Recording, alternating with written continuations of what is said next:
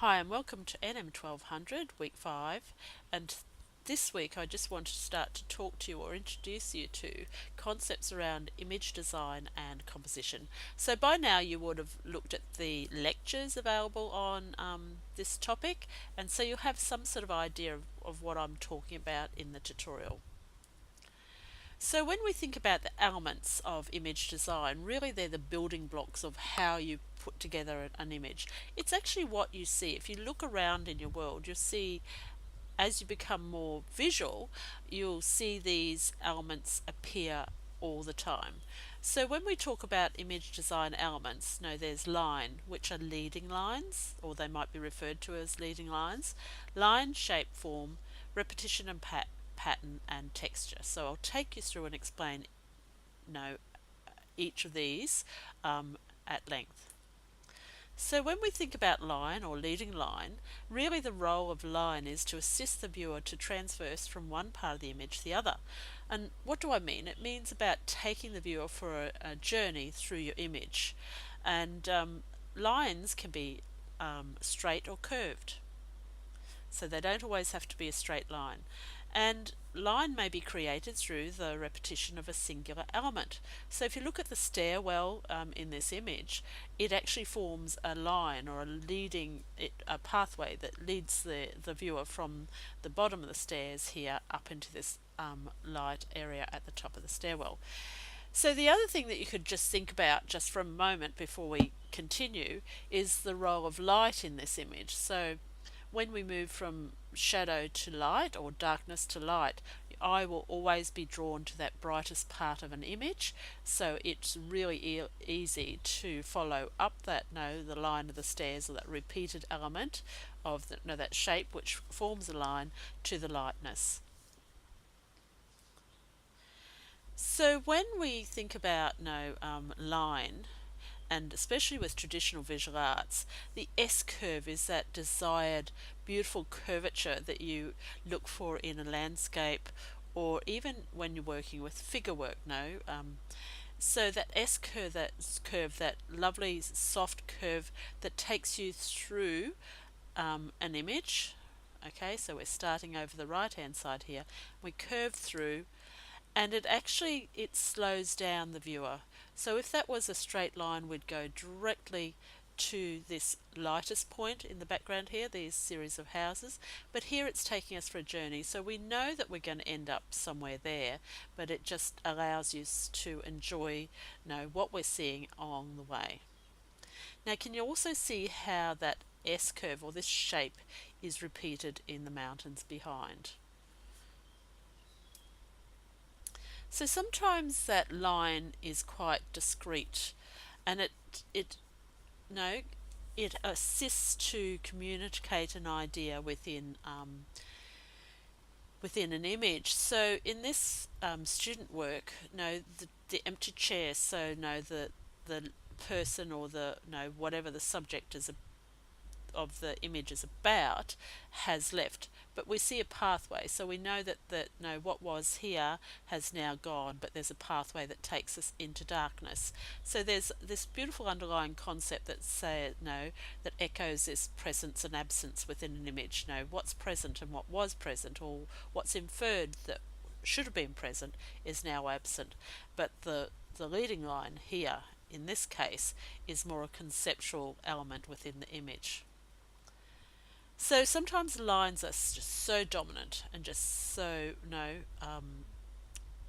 visual within the image, and so these two beautifully curved lines here do take you to a final resting place, which is this piece of modern art which sits within the ruins of the convict prison on Cockatoo Island in Sydney.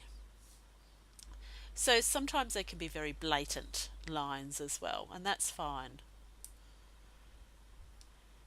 Once again, very dominant line here. So when you're looking down this highway, because the white lines, the markings of the white line, are so bright, there's high contrast element here with the white of the line and the dark of the asphalt, but they're also converging lines, so they come from this really wide point here and they converge. So it gives the landscape or the photograph, the landscape in the photograph, this feeling of huge depth.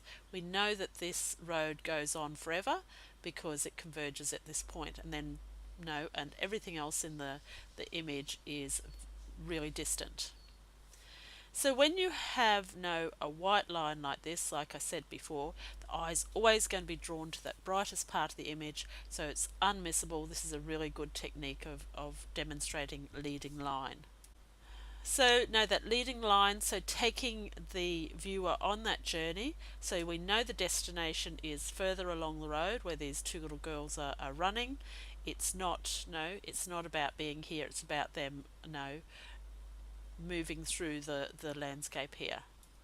And that's just the same image in colour and in sepia, just so you can see a difference.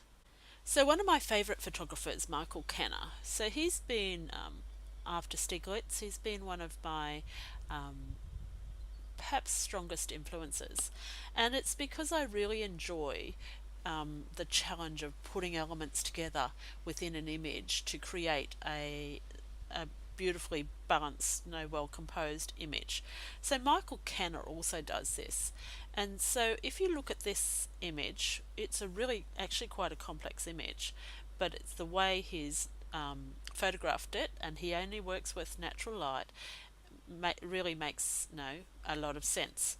So the planks create this leading line, looks right into the distance. So we have we have the leading line created by the planks, but we also have this patination, created by the supports on the little bridge, which also create a line into the distance. And we have, the supports of the bridge as well. So there's three elements there that are, bringing together and supporting this idea of a line. So it's not a single line, you see that? And this is the thing, sometimes it can be, that leading line can be a pathway, it can be a bridge, it can be a railing, it can be road, it can actually even just be a single tiny line within an image as well. So Kenna's done it here again beautifully. So where the snow has it's fallen through the cracks here, it has this really dramatic black on white series of lines. The line is formed by these series of slits, but they, when you look at them, they appear as a single line. So even though there's that break where with the snow there, it doesn't matter. They still take you towards this end point. So what he's wanting the viewer to do is to travel along this area here towards the frozen lake. Now, once again, this is quite beautiful because of the straight lines here, and when we come out on the frozen lake, there's these beautiful lines formed by the ice sheets. So they're beautiful irregular line, so they're beautiful curved line, which is then mirrored by the actual mountains behind. So can you see how he's built up texture in the center of the image? So here we've got very direct line. In the sky, because it's a long exposure, we've got this sweeping line here, and in the center we've got these beautiful irregular lines that all of a sudden form a texture. Another one, so this one's shot in Australia. So once again he's using that repeated pattern, or those repeated element of the boards, to create leading lines to infinity here. And Michael Cann has used a slow shutter speed, so that's his sort of signature style. He works with medium format film and slow shutter speed, so you have this lovely texture of the boardwalk against the soft diffused light emerging from the water, which is created through long exposure times. Style, so this time the line here of the boat launching device, and look how it it sort of moves towards into the water, and because that water was moving, slow shutter speed, it becomes very diffused, and so the line just disappears into nothingness there. So remember, lines may be straight, they may be curved, they may be diagonal, they may be converging, but they also may be implied lines. So if straight away, if we think about a diagonal line, how it adds drama to an image, and lines may be curved, so they're those undulating slower lines within your image. Lines that meet or appear to meet at a point in the distance are converging lines. But what's an implied line? So that's when there's not a line there at all. But when you have an intersection or a relationship between two subjects in an image, it's an implied line. So if you look at the gaze of this woman in the painting and how it's replicated in the gaze of the woman in the foreground here, and if you look at the shape of her body, so if you look at the shape here, we've got this lovely triangular element coming through here. So there's an implied gaze or an implied line between these two, the subject in the foreground and the subject in the painting. The couple in the foreground, there's that same triangle. So if you imagine for a moment you've got two triangles here, okay, so one here and one here. So you have these intersecting triangles, and it's the gaze between these two subjects, gaze between these two subjects that actually form that implied line. So the line even might be shadow. So can you see here there is lots of line in this image, but it's a shadow that forms that really strong diagonal within the background and across the chair itself. This is really quite a complex image because and when we start thinking about unity next week, you'll see how these shadows and the dark uprights within this building actually form a unified or beautifully designed image. So Michael Kenna again. Line doesn't have to be a single object within the image.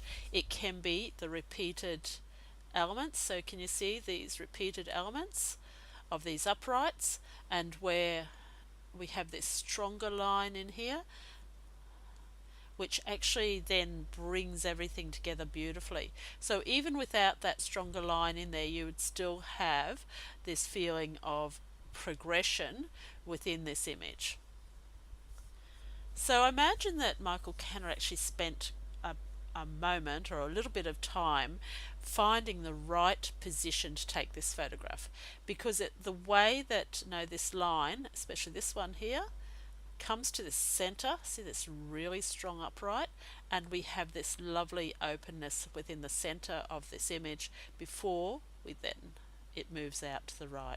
So think about taking a moment, looking at your scene, walking around, looking at it through your camera before you actually take that photograph. So sometimes it just strikes you, it stops you, and you take the photograph because you've seen it and that's what you need to take. But other times you see the possibility in an image and you actually have to work a little bit harder to achieve it. This is a really simple one, and look, I've got to tell you, working with snow is so simple, and that's why I've chosen lots of snow images from Michael Kenna. It's just so easy to see these lines. So can you see the railway lines into a converging point here? But also we have support. We have this pattern created by the fence and by the fence. Look, it stops here, starts there. So both of those elements as well take the viewer towards that point. So these create an implied line because of the relationship between the singular elements. So Michael Cann again.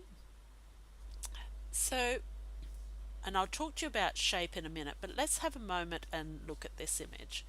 So there's lots of curved lines in this photograph, okay, which keep on taking you on the journey right to the tip at the back here, right at the top of the mountain. But can you see where each of those lines meet or form a shape? That's how, when you identify shape within your photograph as well. So each of those curved lines create this beautiful organic shape, but in themselves, because of the contrast between the black on the white, it's a series of line that we're following through the image. And this is a really simple or simplified way of understanding line and how it can assist the viewer to transverse through the image. So we see an obvious starting point here and moving through. So there is a line, it's a rope or whatever's holding the fence together. There's two of them there. But what's more dominant is actually the range of uprights that form that line. Now this is snow and fence post, obviously, but if you think about how if you look at the landscape and we have green and the dark brown of the uprights of the fencing, you can still achieve this. So it's not impossible to see in Australia in conditions where there is no snow. So it's a challenge for you. So shape is a closed series of lines. Shape is two-dimensional, and as a photographer, you might use colour to dramatize the area. This beautiful image of Tony Hewitt, and he's an Australian photographer. So you can see how he's used line to create an illusion of shape. So there's not a closed line here, but the edge of the frame of the image creates the other side of the shape. Okay, so here it is. There it is. And it's this dramatic colour and this contrast of colour, the whites against the blues, that make this creates this beautiful image where you have high contrast, vibrant colours, and it's all just about the shape. So this image is one of Christian Fletcher's. Now he's another Australian photographer. Tony and Christian are both from WA, and you'll be able to have a look at more of their images by just clicking on the link here. So can you see how now Christian has actually used his knowledge of shape and line to create this beautiful abstract image? So Tony and Christian both work with a little bit of aerial work. So this is shooting down onto the scene, and it's just the roads in and out of these mine sites which form the line or the lines around, which create those shapes, and then inside here it's that patination which creates a shape within a shape. So just lovely, and the contrasted colours, that beautiful warm ochre, and with the greys and the whites. Very easy. Once you start seeing this, you'll see it all the time. Back to Michael Kenna. So when we think about shape, sometimes, well, all the time, sorry, not sometimes, all the time, shape requires flat lights. So when we talk about form in a second, you'll understand this. So these beach umbrellas with a different lighting scenario would become three-dimensional. I know it's flat lighting and overcast lighting because I can see the sky behind here, okay? So with that flat overcast lighting, these three-dimensional shapes become two-dimensional and just a series of shapes, so that triangular shape. Now we've looked at Murray Frederick's work before, but Murray is working with his knowledge of shape here and contrast of elements to produce these beautiful series of works. This very dominant shape within the landscape, which contrasts a scene which is slightly different to the surrounding scene, and it becomes incredibly dominant. If you get a chance to have a look at Murray Frederick's work at a gallery, I do encourage you to do so. So the difference between shape and form is the dimensionality. So light creates the illusion of dimensionality or three-dimensionality in a two-dimensional photograph. So with shape, it requires flat lighting, so lack of modelling, and with form, it requires light to create that shadow and highlight sort of tonal range. So look at this image of Hiroshi Sugimoto's. Is this an example of shape or form? Well, it's actually an example of shape. In the ocean in front, where we have localized contrast, so that localized highlight and shadow relationship, it reveals a texture. But no, the two dominant rectangular shapes within this image, this is an example of shape. However, when Sugimoto starts working with three-dimensional objects and with light that's coming from one direction, okay, so that's your key. So you have to have directional light on a three-dimensional object to create form. And form is created when you have this relationship between this highlight and this shadow, okay? So we know as humans, we look at that and we recognize there's a roundness to that image because of this relationship. So if any of you have done any visual arts in your secondary school education, you know that when you're having to draw a three-dimensional object, you create that dimensionality through shading, and this is exactly what Sugimoto is doing as well. There's another one. So the light comes from one side, so direction, it's coming in from the left hand side, which creates heavy shadowing on the right hand side, which provides that illusion or that feeling of three-dimensionality, which is known as form in image design terminology. How do we translate that? So if we're not photographing these little three-dimensional objects, what use has form got in photography? Well, think about when we're photographing the landscape and how we want to describe the objects within that landscape. Well, we would use directional lighting, as Dombrowski has here, to describe the shape of the rocks and the shape of the landscape itself. So you get this beautiful undulating roundness to the landscape, which is created through directional lighting.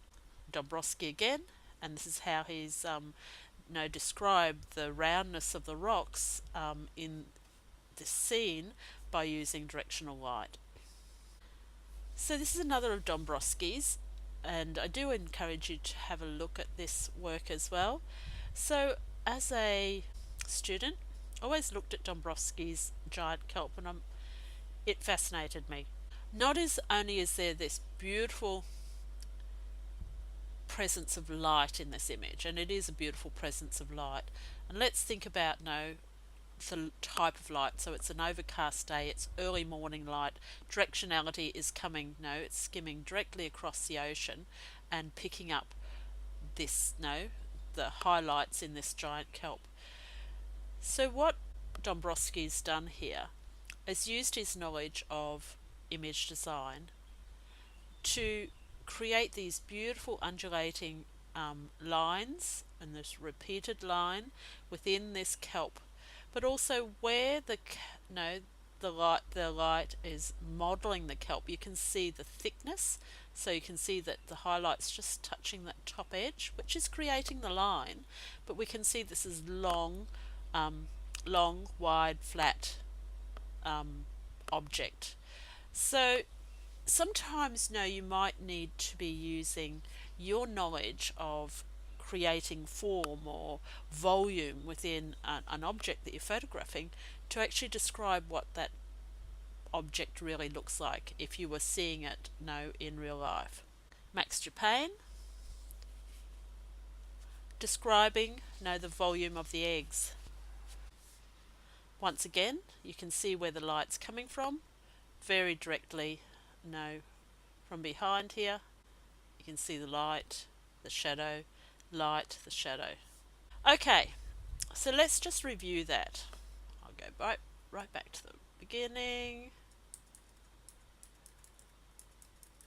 When we think about image design elements, you've got these three elements: line, shape and form. When you have a repetition of a line, it turns into a pattern, or it creates a pattern. When you have a repetition of a shape, it creates a pattern. When you have a repetition of form, it creates a pattern. So repetition of any one of those three elements will create a pattern. When you have light skimming across a surface, and you have that localized contrast, which is that localized highlight and shadow contrast, it reveals a texture. Now, texture describes the surface of a scene, of an object. So the texture of the grass, the texture of the ocean. So think about how texture describes the surface of an object, and it's not a repeated shape. Okay, so a repeated shape will be a definable singular shape that's repeated. A repeated form or line is exactly the same. It's that you can identify each one of those elements and it's repeated.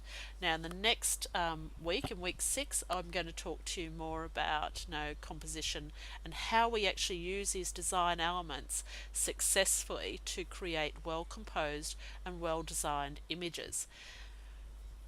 But your tutorial task for this week is actually to go on a treasure hunt. So I just want you to go out with your camera and see if you can photograph lines, leading lines. I want you to find shapes. So you might actually have to be also looking down, photographing from above and looking down to find those shapes. You'll find shape on shape. So that beautiful contrast of shape in architecture as well. When you're looking for form, remember that you also will need that side lighting. So find something to photograph which does have three-dimensionality or volume, and then using light, or putting it in the light, you'll absolutely see that form emerge. Just a big tip: when you're photographing for form, remember to expose for the highlight values, and then the shadows actually take care of themselves. When you're out photographing, also look to see if you can see that repeated elements within line, shape and form, and how it creates patternation or patterning, or a pattern within your photograph. So that's your tutorial task for this week, is to actually go on a hunt and find all those elements. And that's me for this week, and I'll talk to you in week 6. Thank you. Bye.